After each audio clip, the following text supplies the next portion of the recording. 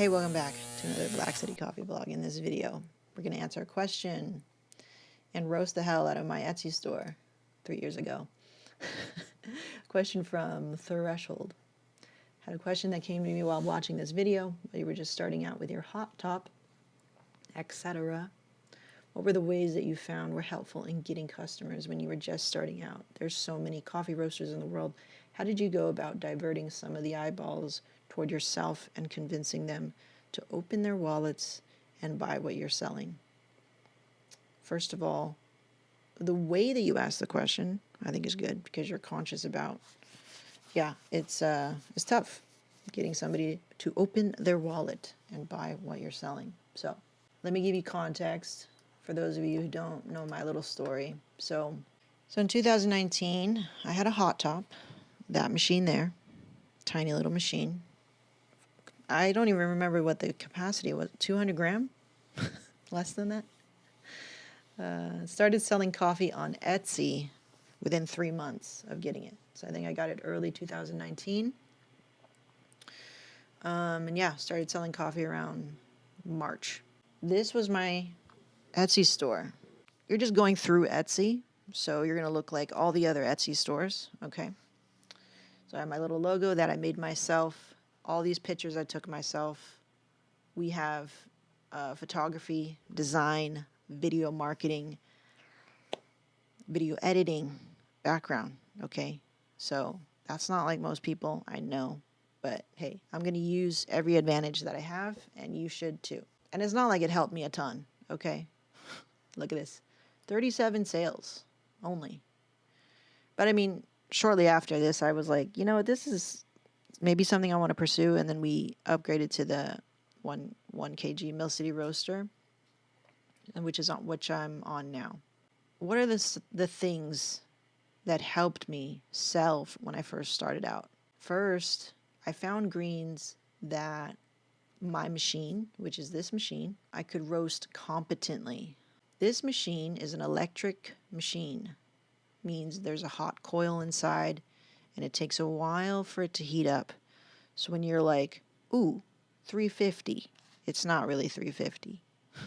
350 degrees Fahrenheit. Okay, let's decrease. Let's turn up the air. Let's decrease the heat. Like, it's not going to be instant the way that my Mill City gas-powered machine is, which is more responsive. I think first you have to find green that you can roast well and roast consistently.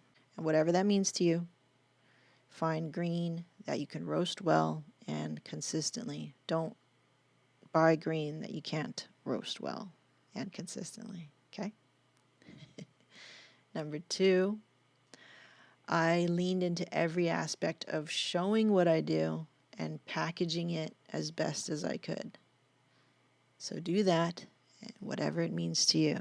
What that meant for me was that because I had this sort of media background, I was like, okay, look, I'm going to take great photos. I'm going to make the best videos that I can. I'm going to be on video and talk about it because I'm okay with that. I'm comfortable with that. I'm going to design everything because I'm not a good designer, but I'm not starting from zero. So I would design these little, I don't know if you can see this thumbnail. So I was designing these things and having a blast. I have fun with this, you know. Like, I made that. That's whatever. Everything you see now has been designed by a real designer. So this is just stuff I did on like Canva or Photoshop. I would do this thing where I wanted it to look like a lush rainforest. This is a stock photo. And then I would try to tell my audience like what it is, roast. It's City Plus. I used to use those words like City Plus. Like only roasters use those words in coffee industry, but it was light roast, you know, made to order, varietal. Nobody cared about that. Bourbon, Catuai. Tastes like chocolate, citrus fruit, sweet, and then I show you a big old picture of the coffee, what it looks like when it's roasted, okay? So this was my idea at the time of marketing, packaging, design. I tell you the origin, nobody really cared about the origin. limited release, use words like this, freshly roasted, single origin. And in Etsy, you can go a little crazy with the SEO keywords and stuff. So I was trying to do that as well. Okay, so this is what I mean. I just leaned into every aspect of showing what I do and packaging it as best as I could. As best as I could. This is what I used to do right here before this upgrade, right? So it was like I handwrit everything. And people liked my handwriting. So I was like, okay, I'll write it. But that got very tiring very quickly. Writing the roast date on there, on every single one, and writing stone fruit on every single one. That's crazy. They don't need to know the elevation. They don't know what the heck full city means, you know what I mean? So, like, I'm just going to roast the hell out of my stuff. But, like, yeah. This is how I used to design packaging. It looks awful. I thought it looked kind of cool, like a sort of aesthetic that was, yeah, it's handmade. Oh, look, Tony. It's handmade, handwritten. You know, I leaned into that. And you can definitely market it that way. I'm not saying this is ugly and bad, but for what I do now, it's not what I want to do now. But I would take, you know, I would take the best pictures that I could. You know, I show my family a little bit because, you know, I definitely want to do that now. But I would, you know, just lean into that Etsy vibe, homemade, DIY. You know, people like that. You know, for that market. And you got to know your market.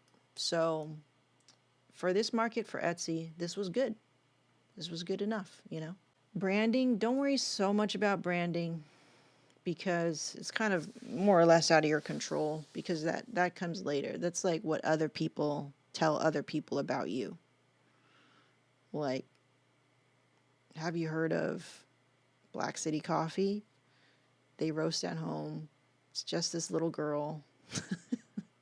It's just this short little girl who makes coffee in her own. She does everything on her own. You know what I mean? Like, that's branding. I don't know what they would say now. They would probably say something like, have you heard of Black City Coffee? They vlog about coffee and make really long videos. And she talks about, she works in self-help into her coffee roasting. That's what I think people would say. Okay, so don't worry so much about branding. In the same vein, I think it really helps to have a mission, a mantra, whatever word you want to put there to help you make all of these decisions as you evolve. Like, look how different we look from this, right? Like, those look like two different companies for sure, which technically it's true. They look very different, you know. But I found something that kind of works for me, and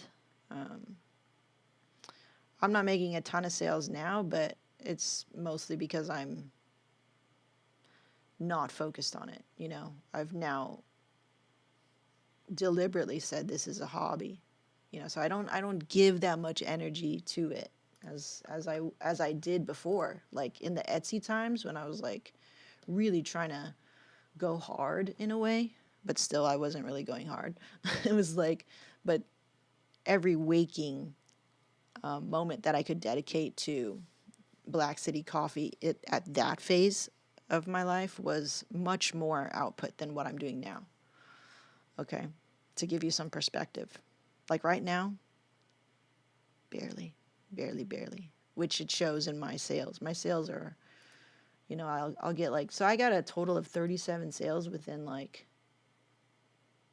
let's call it 3 to 4 months before I was like, yo, let's just take it. Let's go to the Mill City Roaster machine. And that was when I was first starting out. You know, that's when you have zero review, zero proof that you can do anything. So some of these are friends, you know, friends and family. Like, I think I saw some friends on here. Some of these are June, that was a friend, a client, June, client, Moses, friend, Sherry's, no, I don't know. Hillary, no, that was from Tony, that's my friend. Evelyn, no. Oh, see how much more effort put into these photos and into the packaging and everything. You know what I mean? I was going on pretty ham, so I'm definitely not giving the same energy and output, to be straight up. Because my life has drastically changed within like, look what I used to do. This is awful. This is all weird and crazy. Very confusing. If you play Final Fantasy VIII, that's what that's from. Waltz for the Moon. That looks awful though. I would design everything and I would try to make it look, okay, this is different from this. And that's what I was going for. I was like, let's make this red. Let's make the other one like green or whatever it was. I kind of liked this idea, but it still was, wasn't quite there. So definitely all these ideas and everything were coming from a mission. So my mission was, I'll show you right here to see how long ago that it's been in play. So I was marketing us as a married couple as well. That's part of the image. It's true, but he doesn't do a damn thing. The coffee. He helps me photograph some stuff, yeah. This is my mission that has been since the beginning. I want people to be curious about good coffee. And my mission here is be curious. My mantra here is be curious. Okay? That can have many meanings nowadays, but I mean about coffee. Okay? That's why I really don't kind of say that out loud because of the climate that we're in. I wanted to be curious about the coffee. Okay? Those were the things. Threshold. Yeah, it helps have a mission, mantra. Know that if I were to give you some advice, like don't be too attached to the images and the things you're putting out. Because, yeah, that all is going to evolve and it's all going to change. Oh, get reviews. Ask for reviews.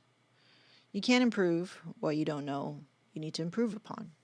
And it just gives social proof, they call it. Social proof that you're not selling weird stuff. Because when you're new, you're like, what is this? Is this good? So until you have some social proof, people aren't going to really want to open their wallets to you, as you say, and sort of lean into your strengths as a roaster. And you're going to have to become a marketer, a salesman, a packager, customer service representative, a copywriter, a web designer, a green buyer. All those things come into play when somebody's buying from you. So how do you get them to open their wallet? Try to improve at least one thing at a time, Don't overwhelm yourself. It's a lot of stuff. And allow yourself to evolve at your own pace. Okay? You don't need to go at my pace. You don't need to go at anyone's pace, except the one that you set for yourself. And that is okay. All right? It's okay in whatever metric that you want to measure your own success. All right? Now, take this with a grain of salt because I'm not ambitious. If you want to be more ambitious than what I did, do that. And there's many who have already, okay? I hope you don't get hung up on things that don't matter, like the type of machine you have or something like that, or what kind of probe, or just find a way to make good, consistent coffee. Package it in a way that would make somebody be proud to have sit on their coffee making station, and ask for a review. And if they come back, you're doing a good job. If they don't come back, then okay. Then maybe keep working at it, and know that that's okay too. It's okay that you're not the best. Just to take some weight off your shoulders there, okay? You can be good enough and still make it, because there are so many successful businesses that are not all about the coffee. They're about almost everything else. The marketing, the branding, the vibe, how it makes them feel, not actually like drinking the coffee, but where they're sitting having this coffee is more important to them. So take that into consideration. Okay. I hope that was helpful. Keep going. You can't fail if you keep going. Okay? And we'll see you in the next one.